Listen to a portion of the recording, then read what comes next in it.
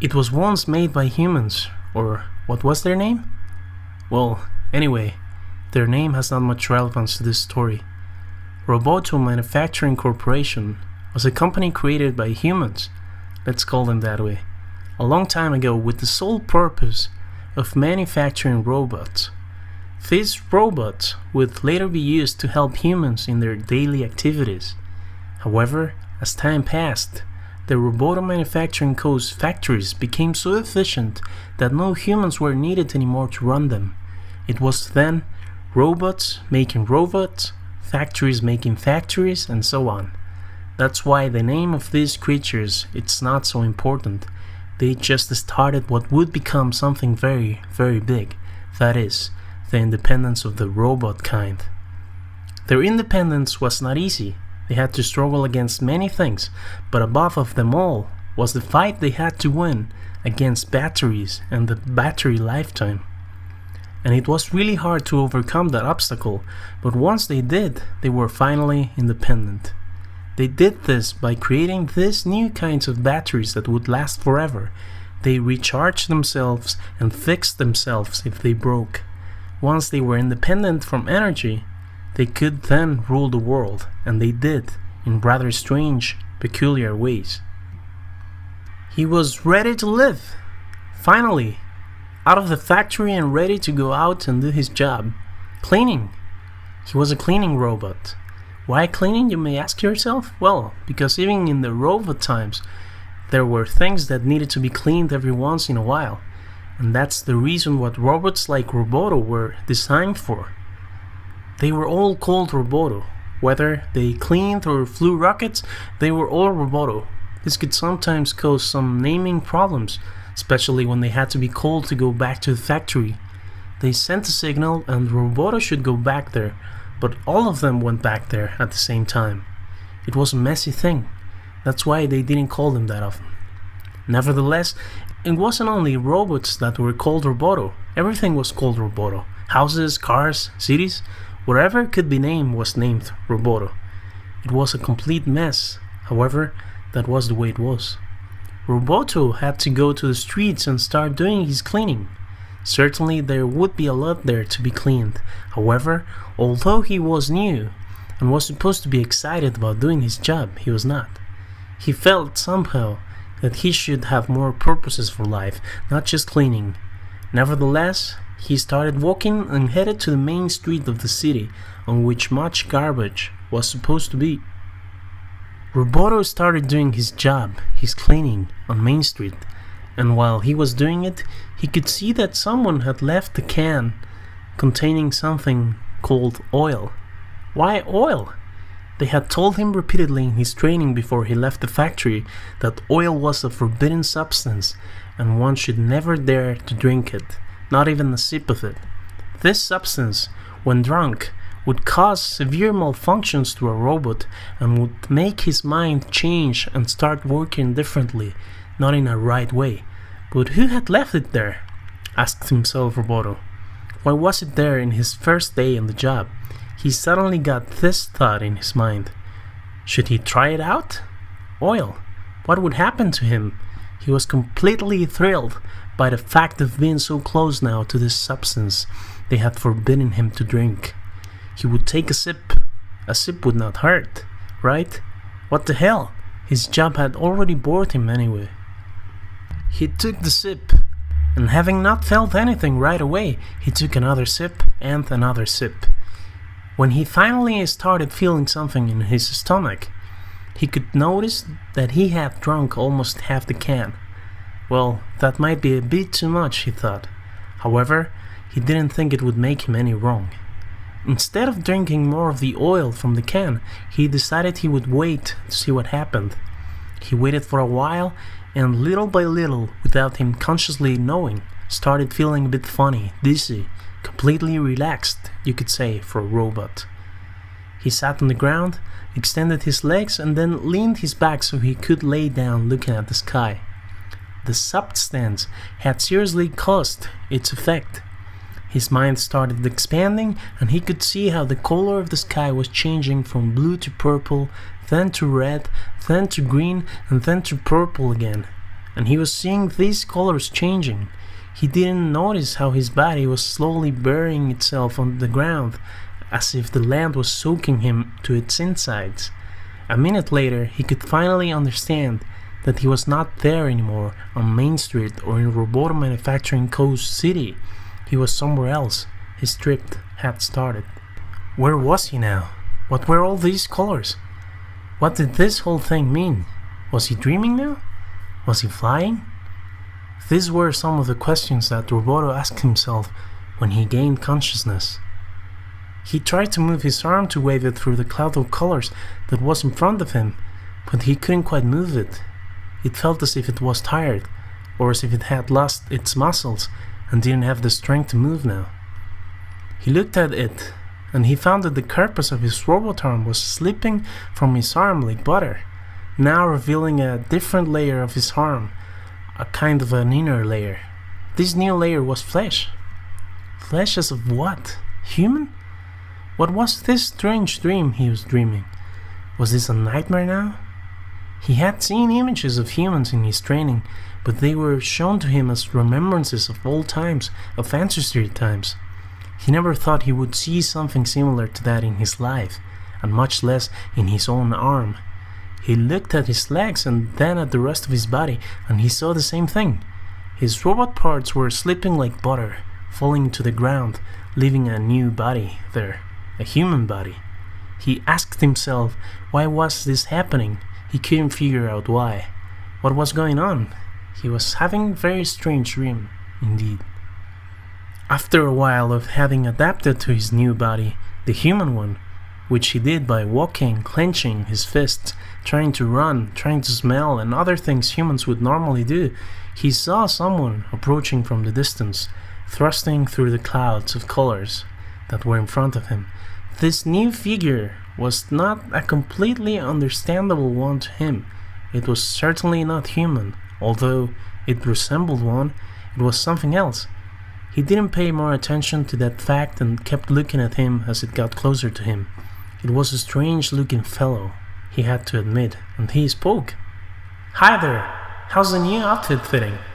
the creature asked him. Roboto didn't know how to answer. He had learned the human language in his training, however, he had never used it. In spite of that, he tried. "I don't know, what has happened to me?" he asked the creature, and the creature replied, "Well, there are a lot of things that you have to know now. I will let you know about Roboto Manufacturing Co.'s secret manufacturing plans. You will be surprised, and then you will understand your nature better. Let's begin." The creature then sat down on the ground. Although there was no ground, there were only clouds, he sat on them. They seemed hard enough. "It was no coincidence that you found the can of oil there on Main Street. We put it there for you to drink it. We put the garbage there to make the scene more believable. You know, there's no garbage in Roboto. Everything is so bloody clean there. We wanted you to come here and tell you what we are about to tell you," said the creature. "My name is Durkee, by the way." Durkee started to tell his tale. "In the beginning, they were all humans, you know. These creatures you've been told about in your training. The world was only populated by them and animals, but they ruled. After a long time in their evolution, they were finally able to produce robots. Robots started as machines they called computers. They used them as tools to make their jobs easier and to be able to work faster. As they realized the huge advantage that they got from using computers, they developed them further, always more and more, until they made them able to read, write, think, process information, and later to be able to do almost everything a human could do. They even taught them how to create themselves, to create more robots without the help of humans. All this was a big breakthrough for humankind. It was seen as a huge victory. Nonetheless, this victory wasn't a victory, it was a defeat. Robots could do almost everything better now. Humans became almost useless. They couldn't work well, they couldn't do much, and they started to seclude themselves little by little by going to places farther away where there were no robots. But robots spread through the whole planet and into other planets. It wasn't a war or a battle that reduced human numbers. Robots were simply better, and humans started feeling bad about themselves and began to wither. It was no murder, no crime. They just decided little by little to disappear, to extinguish, until they became extinct. Robots didn't notice it. They were too busy doing their work, creating new sustainable cities, reforesting the forest, healing the planet in a way, and also just working hard. That was what robots liked the most. So humans died, finally, and it was too late for robots to try to make them reproduce again. They just wouldn't do it.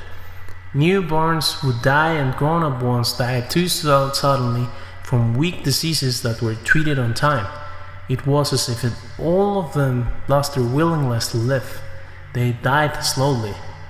It's funny the way of their existence in the world. They started by living in caves and then building huge cities, and in the end, they finished by going back to the caves to live there, trying to live away from the life they had created. It was kind of sad, but it was like that. And there's nothing to do about their extinction now. As I said before, robots could do almost everything that humans could do, with a few exceptions. Many of them didn't matter and were no useful to the robot world. However, there was one that made the robots so jealous of humankind for what they had achieved in the development of that field. Robots could do everything else better, at least the important things, all of them but this one. It was art. The robots creators of Roboto were sad about this. They didn't miss humans, for they were unreliable and weak. They missed their art and what it could have become of it if humans had worked harder and longer on it. The secret manufacturing procedure that the creators of Roboto Manufacturing Co. were using at the moment was the implant of human features in their new robots. They wanted these robots to be the pioneer robots to resemble human conditions. They gave them brains, human bodies, human organs, pretty much everything a human had. However, they couldn't be called humans or be exactly humans, because they ran on unlimited batteries as robots did, instead of having to eat food, and also they could function well with robot parts and commands and programming. They were basically more robots than humans. It was just some parts of humans they had. The creators did this, wishing that they could grow up and later become artist robots. They wanted to create art and develop this art thing further. So their last hope of doing that was by embedding these human traits to their new robots. Roboto was one of these robots with these features. In spite of this big effort by the creators to try to make hybrid human robots, none of the ones that had been out of the factory so far had turned into artists. The creators did not know what command should trigger their artist mode. Dirkie said to Roboto, "We do not work for Roboto Manufacturing Co. We work for a secret world, and there we don't call it work. We call it something else. The reason you are here now is because we care about art. We want you to be the first robot artist. Your creators don't know how to tell you this, how to give you the command of art. Therefore, we are telling you now. This might be to you as some kind of hypnosis, if you will. And when you go back to Roboto, you'll start doing art, creating things, artistic things. Go now, Roboto. One day, you might be called Roboto, the first Roboto from Roboto that did Roboto. Farewell." Roboto started descending slowly back to the ground, back to the city and the street where he had drank from the can of oil. Once Roboto was back on Main Street and could finally get his body together to make it move and act as he wanted it to, he finished his cleaning and started walking back to Roboto's headquarters. There, he would try to clean himself, and later he would think this idea that had been given to him thoroughly to try to get to a conclusion. After having a shower, he decided that he would rather sleep on the idea. While sleeping, he got into dreaming, a strange dream he could not quite understand right away. He dreamt about lines and circles and triangles and curves, not much else. He dreamt all night about all these lines and how they interacted with each other, making strange figures that he couldn't compare with anything he knew about. He kept on dreaming the whole night until morning came. Art!